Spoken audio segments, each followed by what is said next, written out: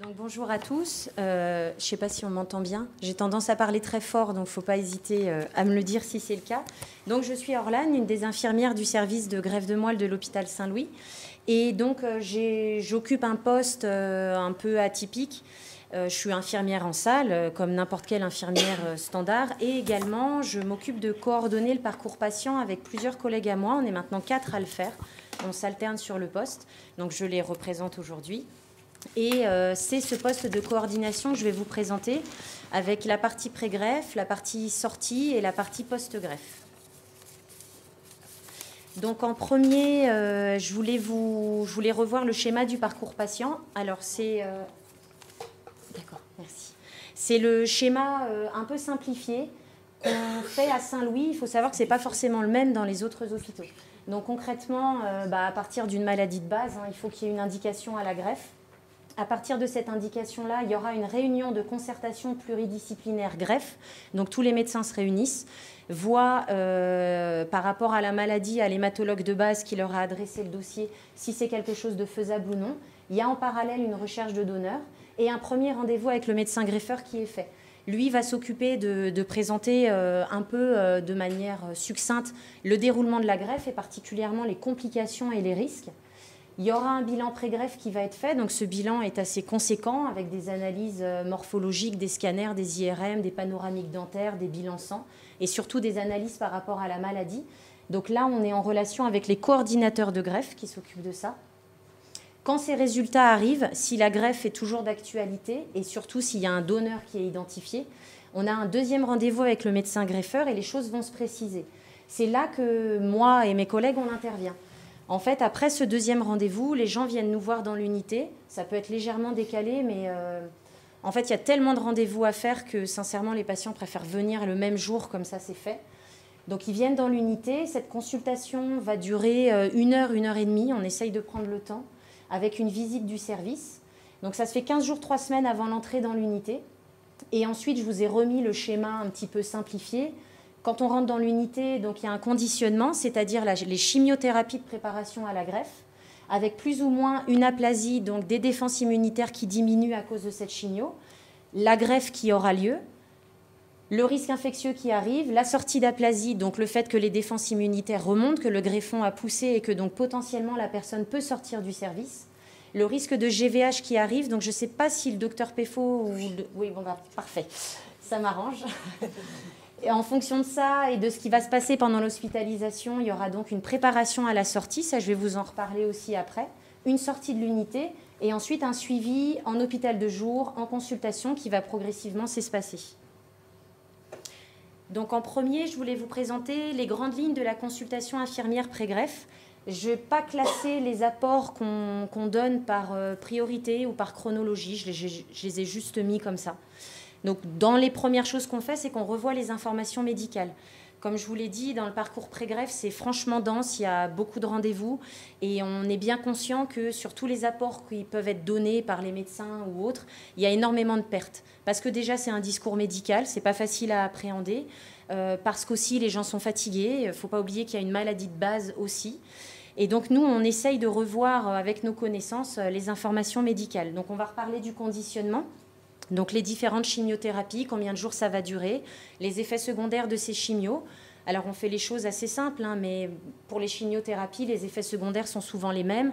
Les troubles digestifs, les nausées, le manque d'appétit, parfois les troubles cutanés, ça va être une mucite, donc une inflammation de la muqueuse, la chute des cheveux, l'hypofertilité, etc. On repasse tout, on reparle de tout ça.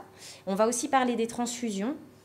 Alors, il est vrai que selon la personne, selon son schéma d'hospitalisation, parfois certaines personnes ont déjà eu 50 transfusions, parfois non. Il y a certaines maladies qui emmènent aussi à l'allogreffe, mais qui n'ont pas nécessité de traitement, qui ont demandé des transfusions. C'est quelque chose qui est... La transfusion, c'est hautement symbolique pour quelqu'un qui n'en a jamais eu. Donc on en reparle, on explique comment ça se passe pour dédramatiser un peu les choses.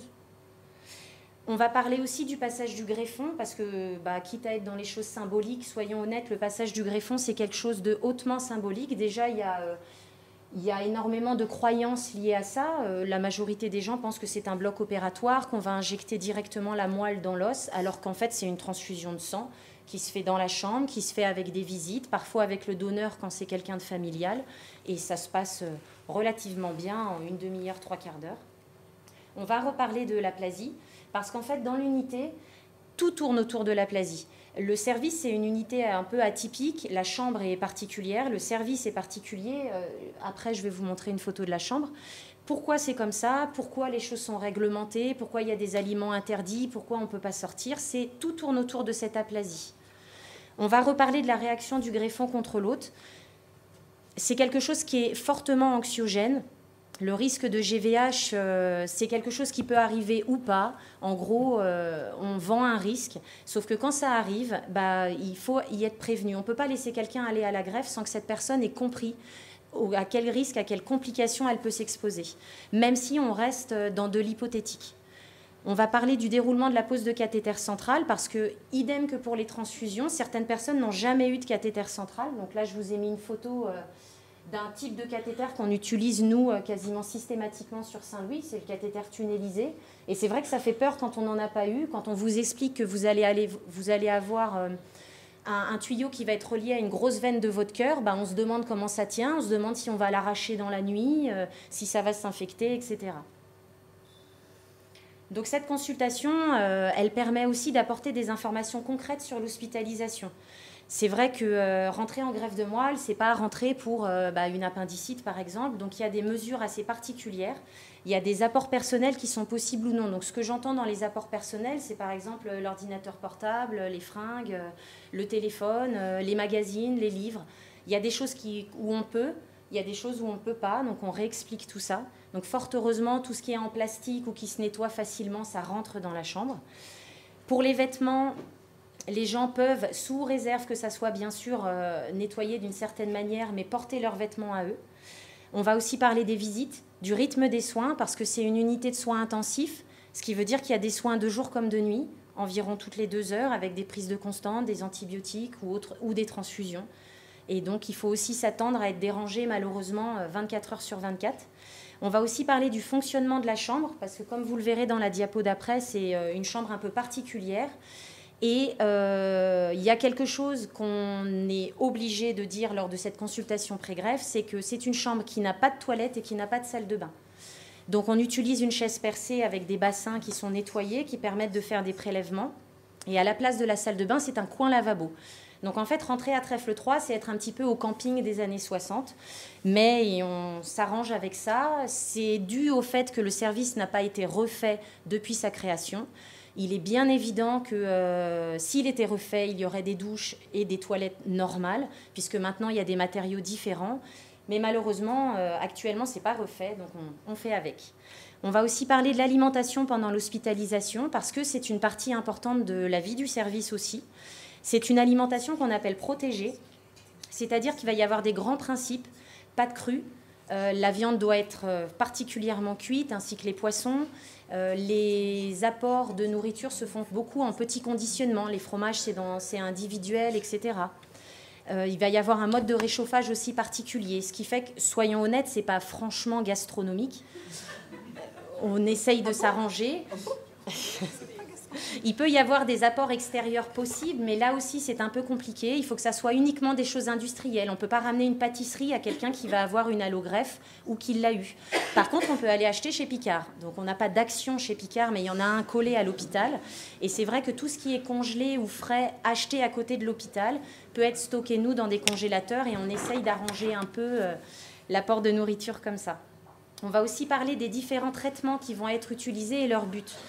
Parce que à partir du premier jour où la personne rentre, alors qu'elle n'a pas encore eu sa chimio, qu'elle n'a pas encore été greffée, il va y avoir un certain nombre de médicaments qui vont tout de suite être mis, que ça soit avalé, ce qu'on appelle donc les traitements Péros, ou directement par voie intraveineuse. Ces médicaments sont en lien avec l'aplasie. Quand je vous disais que tout tournait autour, l'alimentation, c'est pareil. Et donc, devoir prendre entre 10 et 15 cachets par jour dès le premier jour où on est rentré, il faut l'expliquer pour avoir une meilleure observance et que les choses se passent un peu mieux. On va aussi présenter les différents professionnels aidants. Donc dans le service, on a 2 psychologues, une assistante sociale, des techniciennes de recherche qui sont là pour expliquer les différents protocoles qui permettent de faire avancer la recherche. On a une diététicienne qui essaye d'arranger un peu les menus et surtout de réexpliquer les principes de l'alimentation protégée. Les 2 autres points en rouge, j'en ai parlé juste avant. Alors voilà une des chambres de greffe. Bon, on ne la voit pas très très bien. Je vais essayer de prendre le pointeur. Oui. Donc en fait, comment dire, c'est pas tordu comme ça. C'est parce que j'ai fait une photo en panoramique et je sais pas. Enfin voilà. Donc concrètement, c'est tout droit là normalement. Et cette partie un peu grise et un peu basse, c'est le plafond à flux. C'est le plafond qui va filtrer l'air en fait. L'air arrive de l'extérieur et donc dans toute la chambre, c'est de l'air qui est filtré, des microbes, des bactéries, etc. La fameuse chaise percée qui sert donc de toilette, le coin lavabo. Alors bien évidemment, il y a un rideau, là je l'ai enlevé, sinon on n'aurait pas vu le lavabo. Enfin c'est un petit rideau, soyons honnêtes, c'est pas énorme non plus. Il y a un vélo qu'on voit pas très bien, une télé, il y a un petit coin bureau avec une petite table de nuit. Et là cette partie... Ah mince. Reviens dessus, voilà. Et là, cette partie, c'est la partie où nous, on va brancher tous nos dispositifs médicaux. Donc, la chambre est sombre. C'est vrai que là, la photo paraît sombre, mais en fait, c'est sombre, faut être honnête. Le plafond, voilà. Les murs sont pourtant blancs, mais voilà, la chambre reste sombre. Donc, c'est vrai que cette consultation infirmière permet aussi de présenter la chambre. Parce que quand on va être allogreffé, on va rester un certain temps, on va rester minimum 2 mois. Et arriver avec sa valise et ne pas avoir vu la chambre, je pense que c'est un problème. Je pense que ça permet de se préparer, de l'avoir vue et de se dire, bon, bah, je vais pouvoir aménager comme ça et tout. Alors, on a quand même des petites stratégies pour que ça soit un peu plus joli. Si vous venez dans l'unité, vous avez le droit de ramener des posters, des photos, etc. et les accrocher où vous voulez dans le mur, des objets personnels sous réserve que ça se nettoie. Enfin, voilà, on essaye de faire en sorte que ça soit un petit peu plus joli que ça. Alors cette hospitalisation, elle a plusieurs impacts. Donc déjà, je vous l'ai dit, par rapport à la durée, c'est vraiment 6 à 8 semaines minimum. 6 semaines, c'est le mieux. Il faut être honnête, c'est souvent 2 mois. Et en fonction de ce qui va se passer pendant l'hospitalisation, une infection qui se produit, une GVH, la durée d'hospitalisation va être prolongée. Ça peut aller jusqu'à 3, 4, 5 mois. En fonction des personnes. Donc le cadre de vie, c'est une unité protégée. Dès qu'on rentre dans le service, il y a des doubles portes. Le service est aussi moche que la chambre. Il n'a pas été refait non plus. Mais au moins, en le visitant, voilà, on rencontre le personnel, on voit des choses. Et c'est un lieu atypique, mais ça va être le lieu de vie. C'est vrai que par rapport à cette aplasie, les sorties sont limitées. Il y a des précautions d'hygiène particulières. Les aides-soignantes refont la chambre tous les jours. Et vous ne pouvez sortir de votre chambre que pour des examens, sauf quand vous serez sorti d'aplasie. Mais en attendant, vous restez dans votre chambre. C'est les gens, les visites qui viennent à vous. Cette hospitalisation va avoir différents impacts et c'est vrai que c'est bénéfique de pouvoir les voir dès le pré-greffe. Par exemple, au niveau familial, il y a une réorganisation familiale à envisager. Être hospitalisé 1 mois, 2 mois, 3 mois, qu'on ait des enfants ou pas, il n'empêche qu'il y a une réorganisation à faire par rapport au conjoint, par rapport à tout, à son lieu de vie. Il y aura un éloignement. Donc cet éloignement est plus ou moins grand. On reçoit des patients de toute la France, sauf que quand vous venez de Bordeaux et qu'il y a 4 heures ou 5 heures de route pour venir à Paris, bah forcément, vous avez moins de visites. Il y a aussi des complications possibles à court, à moyen terme. Il y a un impact social avec un arrêt de travail dû à cette durée d'hospitalisation, mais aussi dû au post-greffe qu'on va voir après. Cet impact social, il entraîne des conséquences financières. Parce qu'être arrêté, on ne touche pas les mêmes revenus, surtout si on est arrêté 6 mois, 1 an, 2 ans, avec parfois une reconversion professionnelle à envisager. Et il y a également un impact psychologique. Les médecins ont présenté les risques de l'allogreffe, on fait la même chose, on présente une chambre pas forcément sympa. Enfin, tout ça, c'est anxiogène, la chimio, la greffe, la GVH, etc. Il y a de l'appréhension, mais il y a aussi beaucoup d'espoir. Donc cette consultation, elle n'existait pas il y a encore quelques années, elle a été créée en 2012. Parce qu'on s'est rendu compte de tous ces impacts-là et du fait qu'on n'en prenait pas assez compte pour préparer à l'hospitalisation. Donc les objectifs de cette consultation, c'était aussi de diminuer l'anxiété liée à l'hospitalisation à venir et de créer un lien avec le premier personnel. avec le personnel tout court. On améliore la compréhension du processus d'allogreffe parce que pour ceux qui sont passés par le schéma médical, les médecins sont pleins de bonne volonté, mais malheureusement, ils ont énormément de patients à voir sur une journée et se détacher 1 heure par patient, c'est juste pas possible. Nous, on a encore la possibilité de le faire, pas toujours, mais on y arrive quand même. Donc, ça améliore la compréhension de tout ça. Ça optimise aussi l'information de points primordiaux. Ça nous permet de faire émerger d'éventuelles problématiques, comme on les a vues avant, sociales, familiales, et surtout de pouvoir coordonner les différents intervenants par rapport à ces problématiques-là. Quelqu'un qui va se retrouver en arrêt de travail longtemps, qui va avoir des difficultés financières, on va mettre l'assistante sociale sur le coup. Quelqu'un qui a déjà perdu 10 kilos avant de rentrer dans l'unité, il va absolument falloir que la diététicienne vienne le voir le premier jour pour adapter l'alimentation. Donc là, je revenais rapidement sur le schéma du parcours patient. Donc, le patient a eu sa greffe, tout s'est bien passé, il n'y a pas eu de GVH, pas d'infection, tout va bien. Et là, on en est à la préparation à la sortie, donc juste avant la sortie de l'unité. Donc, pour sortir de trèfle 3, heureusement, on en sort à un moment. Soit on va en soins de suite si le domicile est trop éloigné ou si la personne a besoin de rééducation physique. C'est vrai que les soins de suite sont très bien pour ça. Ils ont des grosses équipes de kinés. Donc, nous, on travaille avec des soins de suite qui ne sont pas trop loin et surtout qui prennent les patients post-greffe. Sinon, ça peut être un retour au domicile. La préparation à la sortie, c'est un travail qui se fait en amont, dès le pré-greffe, puisqu'on commence dès la consultation pré-greffe à parler de la sortie, de comment ça va se passer, parce qu'il va y avoir des contraintes. Et ça mobilise l'ensemble du personnel soignant. Donc les acteurs principaux, c'est les mêmes, la diététicienne, les infirmières, les aides-soignants, les médecins, la psychologue. Donc les grands points qu'on va voir pour la sortie, ça va être les traitements. Donc comme je vous le disais, on les explique dès l'hospitalisation, mais il faut savoir que les 10 à 15 cachetons qui sont donnés dès le premier jour, ils vont perdurer après. À la maison, pendant plusieurs semaines, voire plusieurs mois, il y aura une grosse quantité de médicaments à prendre. Ces médicaments ont tous une utilité. S'ils sont là, ce n'est pas des placebos. Mieux les comprendre, c'est mieux les prendre, mieux les tolérer. Et surtout, si à un moment, on n'arrive plus du tout à les prendre parce que ça ne passe pas, on peut en parler plus facilement si on a compris l'intérêt de chaque médicament. Cette préparation à la sortie, c'est un temps dédié à la reformulation, à l'évaluation des acquis et surtout aux questions, parce que c'est normal, quand on a passé plusieurs semaines dans une unité, rentrer à la maison, c'est quelque chose de très anxiogène. On va aussi parler de l'hôpital de jour, puisque comme vous l'aviez vu dans le schéma, c'est lui qui va prendre le relais. Les patients vont être suivis 1 fois par semaine, à peu près jusqu'au J100.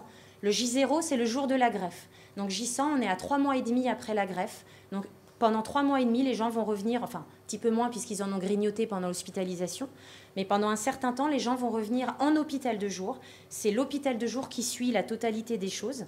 Donc on explique comment ça va se passer parce que c'est une nouvelle unité, ce n'est pas nous qui nous occupons de ça, quels documents on peut apporter, les modalités de transport, etc. Un point très important qu'on voit, c'est les surveillances au domicile. Moi, j'ai tendance à dire à mes patients qu'en gros, rentrer à la maison, c'est emmener trèfle 3 dans un sac à dos, au début en tout cas. Il va falloir remplacer à petite mesure, mais l'infirmière, l'aide-soignante, la diététicienne, voire le médecin parfois et savoir évaluer ce qui est important ou ce qui ne l'est pas. À la maison, quelqu'un qui a été allogreffé va avoir des surveillances à faire. Il va devoir surveiller sa fièvre, son état cutané, parce qu'une GVH peut apparaître, une allergie à un médicament aussi, son état digestif, son état buccal, son état gynécologique. Donc là, je ne m'étendrai pas sur le sujet. Quelqu'un de spécialisé va intervenir après moi. Bien évidemment, on embraye sur la conduite à tenir en cas de survenue de ces événements, parce que s'il est 3 heures du matin et qu'on a 42 fièvres, il faut bien savoir ce qu'on doit faire. La conduite à tenir, c'est venir sur Saint-Louis aux urgences. De toute façon, quand on a été allogreffé, c'est Saint-Louis qui prend le relais surtout. On va aussi parler de la vie à la maison, parce que autant on emmène trèfle 3 dans son sac à dos, on emmène aussi un peu de la chambre de trèfle 3. Donc il y a des précautions d'hygiène qui doivent être prises pour limiter le risque d'infection. En gros, vous avez des défenses immunitaires. Vous êtes sorti d'aplasie, sauf que vos défenses immunitaires ne sont pas matures. C'est un peu les défenses d'un nourrisson qui vient de naître. Et un nourrisson qui vient de naître, on ne lui met pas la tête dans la poussière, les gens se lavent les mains avant de le toucher, on ne le sort pas tout le temps, on fait attention en hiver, etc. Et bien là, c'est un peu la même chose. Donc le ménage des zones à risque, les toilettes, l'aspirateur, etc., ça doit être fait par quelqu'un d'autre, en tout cas jusqu'à ces fameux J100. On va aussi parler des fréquences de nettoyage, qu'est-ce qu'on utilise comme produit, etc. On essaye de faire le tour de tout le quotidien pour essayer de limiter toutes les questions qui pourraient suivre. Pour le jardinage et le bricolage, c'est pas compliqué, tout est interdit. C'est beaucoup trop à risque au niveau infectieux. Pour l'alimentation, ça s'améliore quand même par rapport au service. Il y a des choses qui reviennent qu'on n'avait pas. Les produits de boulangerie, ça peut revenir. Alors bon, peut-être pas les choux à la crème parce que les œufs, c'est un peu à risque, mais les viennoiseries, les choses comme ça, c'est interdit dans l'unité à la maison, oui. Les crudités reviennent, voilà. On conseille quand même de continuer avec des aliments en petit conditionnement, de ne pas manger de restes, etc. Tout simplement pour ne pas attraper un truc par l'alimentation.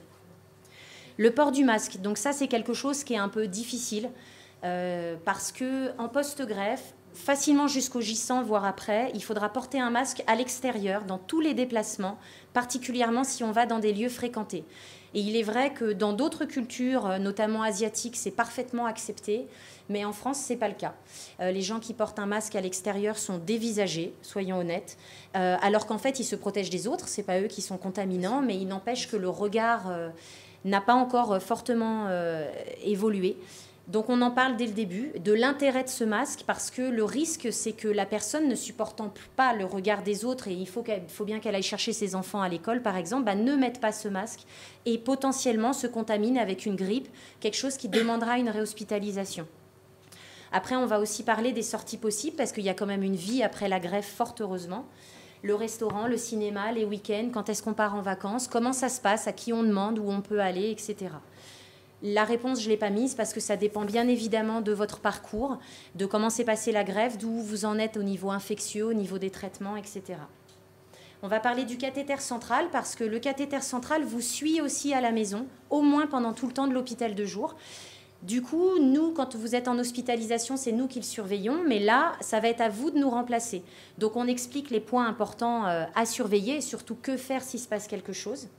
On va aussi parler des produits de toilette, parce que ça, je ne l'ai pas mis dans le pré-greffe, mais en fait, vous n'avez le droit à rien en produits de toilette. On vous fournit tout. On vous fournit une brosse à dents chirurgicale, des bains de bouche à la place du dentifrice, des serviettes jetables, des gants jetables. Tout ça, c'est pour limiter la contamination par la peau. À la maison, bien évidemment, vous allez utiliser vos produits à vous, mais on vous conseille des choses hypoallergéniques. Le maquillage est possible, mais pas la poudre, parce que c'est poussiéreux. Le rasage, oui, mais avec un rasoir électrique et pas un rasoir à main, parce que ça fait des micro-lésions, etc. Pour le soleil, il faut se protéger énormément, parce que et la chimiothérapie et les médicaments qui vont être pris peuvent donner des taches ou des coups de soleil. Et nous, coups de soleil, c'est GVH cutané ou pas, donc on ne veut pas se poser la question. Il faut se protéger du soleil, en fait. Par rapport au suivi post-greffe, donc là, la personne est rentrée chez elle, la préparation à la sortie a été faite. Donc ce fameux suivi, il y a déjà une partie médicale, comme je vous l'ai dit, un hôpital de jour une fois par semaine. Et si tout va bien au moment des J100, il y a un gros bilan qui est fait. Si ce bilan est bon, ça peut passer en consultation médicale. Donc c'est le médecin greffeur que vous aviez vu en pré-greffe qui va reprendre votre dossier et vous suivre. Au début, c'est une fois par mois, mais ça peut être un petit peu plus rapproché quand même en fonction. Après, les consultations médicales sont censées s'espacer une fois tous les 2 mois, tous les 3 mois, 6 mois, 1 an, etc. Au niveau infirmier, nous, on a instauré il n'y a pas trop longtemps, il y a peut-être 1 an ou 1 an et demi, ou 2 ans peut-être, bon, un suivi téléphonique. En fait, on appelle les gens après la sortie une fois par semaine pendant 1 mois, et plus si cela est souhaité. On a fixé une date comme ça à 1 mois, parce qu'à un moment, je pense que les gens en ont marre aussi de Trèfle 3 et ont besoin aussi de reprendre leur vie. Et surtout, l'hôpital de jour a pris le relais. Ce suivi téléphonique, il avait pour but d'évaluer les problématiques rencontrées au domicile, parce que c'est très bien de parler de ce qu'il va falloir faire à la maison, mais c'est quand on est à la maison qu'on se rend compte vraiment des questions qu'on a, qu'on se rend compte vraiment des difficultés qu'on n'avait pas pensé à demander juste avant de sortir. Donc cet appel téléphonique, il permet aussi de coordonner les différents intervenants. Si quelqu'un me dit « je suis perdu avec la bouffe », eh ben, je vais pouvoir dire à la diététicienne d'intervenir sur un hôpital de jour pour pouvoir revoir un peu les choses. On fait également des entretiens directs, mais ça c'est uniquement à la demande.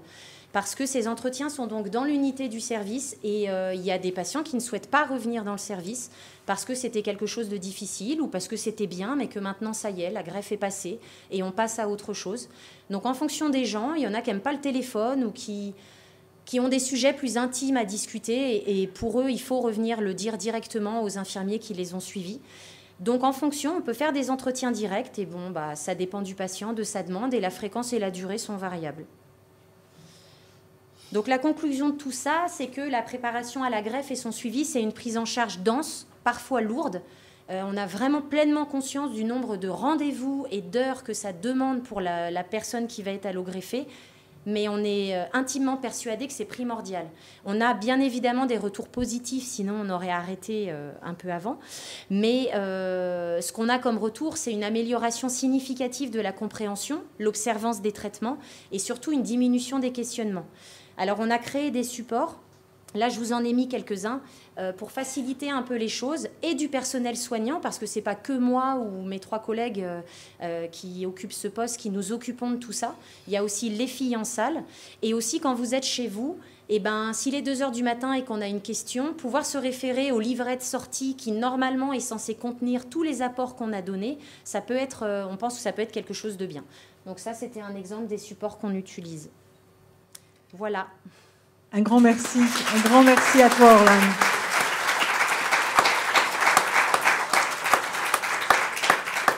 Alors, écoutez, le temps avance, mais je vais quand même prendre, si vous le souhaitez, 2 questions, pas plus.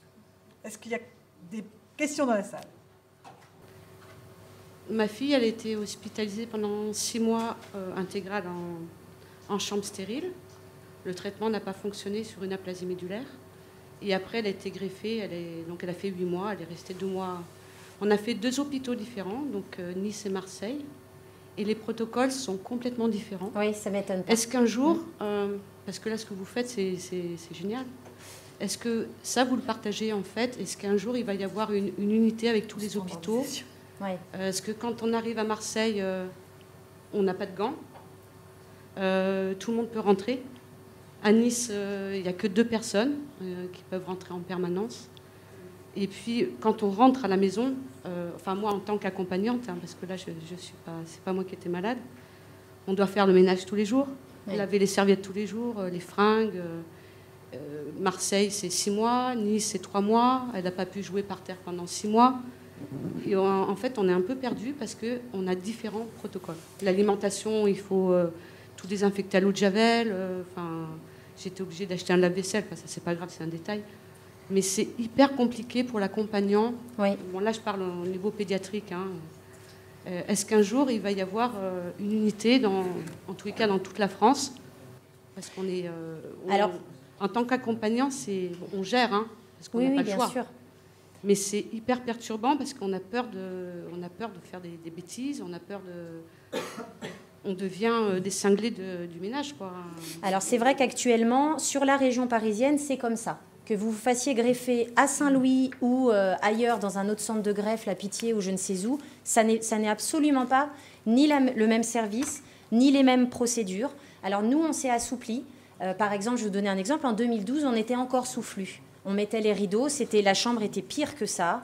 Les visites, c'était différent. Le post-greffe, c'était différent. On s'est assoupli au fur et à mesure des années en se basant sur des études qui sont faites parce qu'on ne peut pas se permettre de dire du jour au lendemain « ça, on ne l'autorisait pas, ça, on va l'autoriser ». La question que vous soulevez, elle est essentielle. Sauf que malheureusement, je pense que la réponse, c'est « pas pour tout de suite ». Parce que déjà, rien qu'en région parisienne, on n'arrive pas à être homogènes les uns avec les autres. Je pense que la faute est due au fait qu'il n'y a pas d'études formelles qui disent il faut faire le ménage pendant 3 mois de cette manière-là parce que c'est mieux que si on ne le fait pas. Pourquoi il n'y a pas d'études? Parce que ça serait compliqué de dire à quelqu'un toi tu vas prendre la partie plus soft et puis si tu t'infectes, ça servira pour l'étude. On ne peut pas faire ça. Résultat, les mesures et les pratiques ne sont pas du tout homogènes.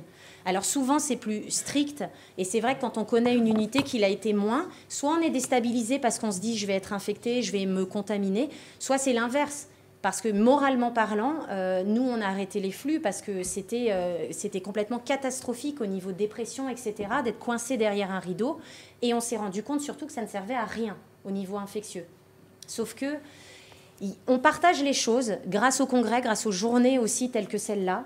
Mais il n'y a pas de documents européens ou même national de procédures qui vont être mises en commun et où les gens vont se poser et dire il faut faire maintenant comme ça. Donc malheureusement, je pense que cette situation va perdurer un certain temps. D'accord, merci pour la réponse. Voilà, je crois que... Merci en tout cas, Orlane.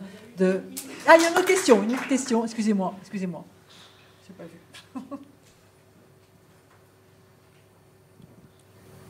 Bonjour, alors je n'ai pas eu de greffe, mais je me suis retrouvée en chambre stérile avec une aplasie médulaire idiopathique.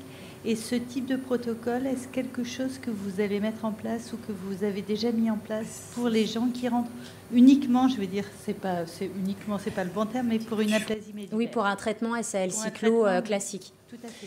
Eh bien, malheureusement, la réponse est oui. Parce qu'en fait, par facilité aussi, eh bien, quand vous rentrez dans l'unité, que ça soit pour un traitement SAL cyclo ou pour une allogreffe, on va appliquer les mêmes mesures. Ce qui va être différent, ça ne va pas être votre vie dans l'unité, malheureusement, mais ça va être la préparation à la sortie. Avec un traitement SAL cyclo, l'immunité mature peut revenir, on est d'accord, certes plus longtemps, ça peut être jusqu'à 6 mois d'attente que ça vienne, mais quand l'immunité revient, c'est pas la même immunité qu'après une allogreffe. Elle peut redevenir plus mature plus rapidement quand elle revient. Du coup, pour l'alimentation, c'est plus souple, pour le ménage, c'est plus souple, pour les sorties, pour le masque, etc., c'est plus souple qu'une allogreffe. Et là, on est en train, c'est tout juste, mais d'intégrer les aplasies médulaires qui ne vont pas être greffées, aplasie médulaire ou autres maladies, au circuit du parcours patient. Parce que malheureusement, c'était les grands oubliés. On recevait les patients avant de rentrer dans l'unité, mais si on n'avait pas de greffe, eh ben, on ne visitait pas le service. Alors qu'en fait, on va être exactement dans la même chambre. C'était ça ma question. Ben voilà. Je crois qu'on va arrêter là. Merci Orlane en tout cas.